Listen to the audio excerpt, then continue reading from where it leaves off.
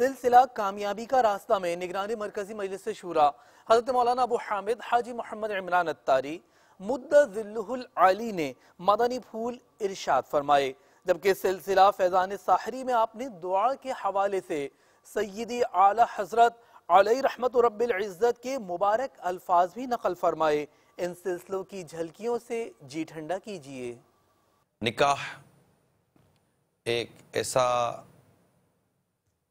عمل ہے کہ جو دو خاندانوں کو، دو فیملیز کو، دو قبیلوں کو، اور کہیں کہیں تو دو قوموں کو آپس میں ملا دیتا ہے۔ یہ نہیں ہو سکتا کہ اس معاملے میں ہماری رہنمائی نہ کی گئی ہو۔ شادی کیسے ہونی چاہیے، نکاح کیسے ہونا چاہیے، جس سے شادی کرنی ہے وہ لڑکی کیسی ہونی چاہیے، جس سے شادی کرنی وہ لڑکا کیسا ہونا چاہیے۔ تمہاری عورتوں پر اور عورتوں کے تمہارے ذمے کچھ حقوق ہیں۔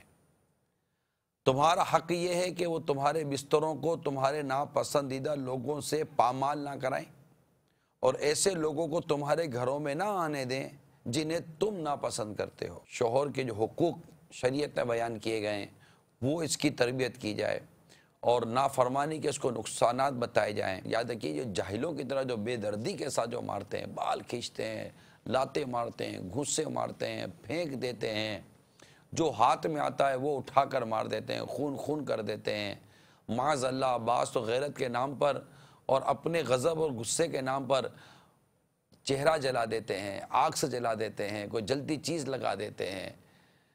یعنی میں کہہ رہا ہوں تو جیسے ایسا لگتا ہے جیسے خون ابل رہا ہے۔ اگر واقعی اب گھر بڑی عمدگی کے ساتھ چلانا چاہتے ہیں تو جس چیز کی تاکید کی گئی ہے جو بنیادی طور پر، وہ ہے دینداری۔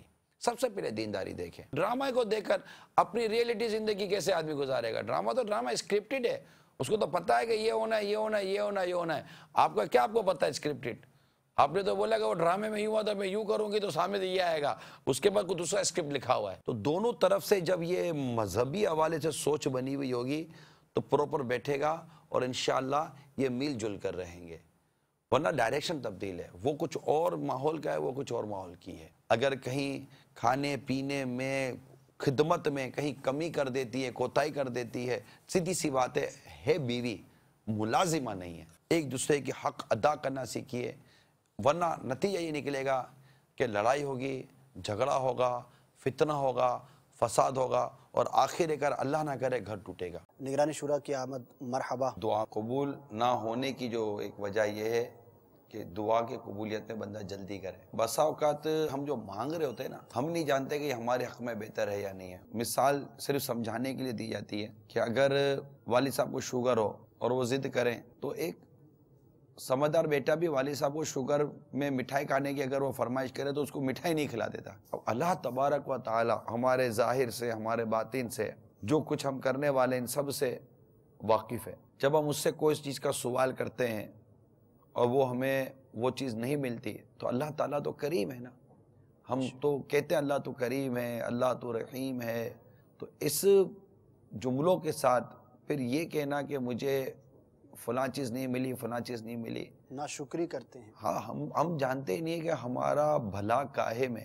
دعا تین حال سے خالی نہیں ہے، جو مانگتے ہیں وہ مل جاتا ہے۔ دوسری صورت یہ ہوتی ہے اللہ تعالیٰ اس کے بدلے کچھ اور عطا فرما دیتا ہے جو بندے کے حق میں بہتر ہوتا ہے۔ تیسری بات یہ ہوتی ہے کہ اللہ تبارک و تعالیٰ اس دعا کو قیامت کے دن کے لیے اٹھا رکھتا ہے، اور بندے کو اس قیامت کے روز اس کا انعام دیا جاتا ہے۔ بعض لوگ دعا پر استقامت نہیں پاتے اور معاذ اللہ اکتاہٹ کا شکار ہو جاتے ہیں۔ دعا بھی اکتانے والی شے تو ہے نہیں۔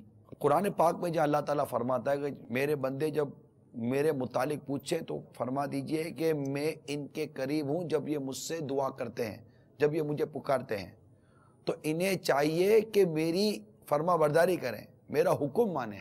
قرآن واضح طور پہ کہتا ہے۔ اول تو ہم خود اس رب عز و جل کا کون سا حکم اور کتنا مانتے ہیں۔ اللہ تبارک و تعالیٰ کی مانگنے کی لذت میں اتنا کھو جا کہ یہی یاد نہ رہے کہ مانگنا کیا ہے۔ یہ تو گویا کہ بندہ اپنے رب سے عرض کر رہا ہے، اور اللہ سے عرض کرنے میں لذت نہیں تو پھر لذت کہاں؟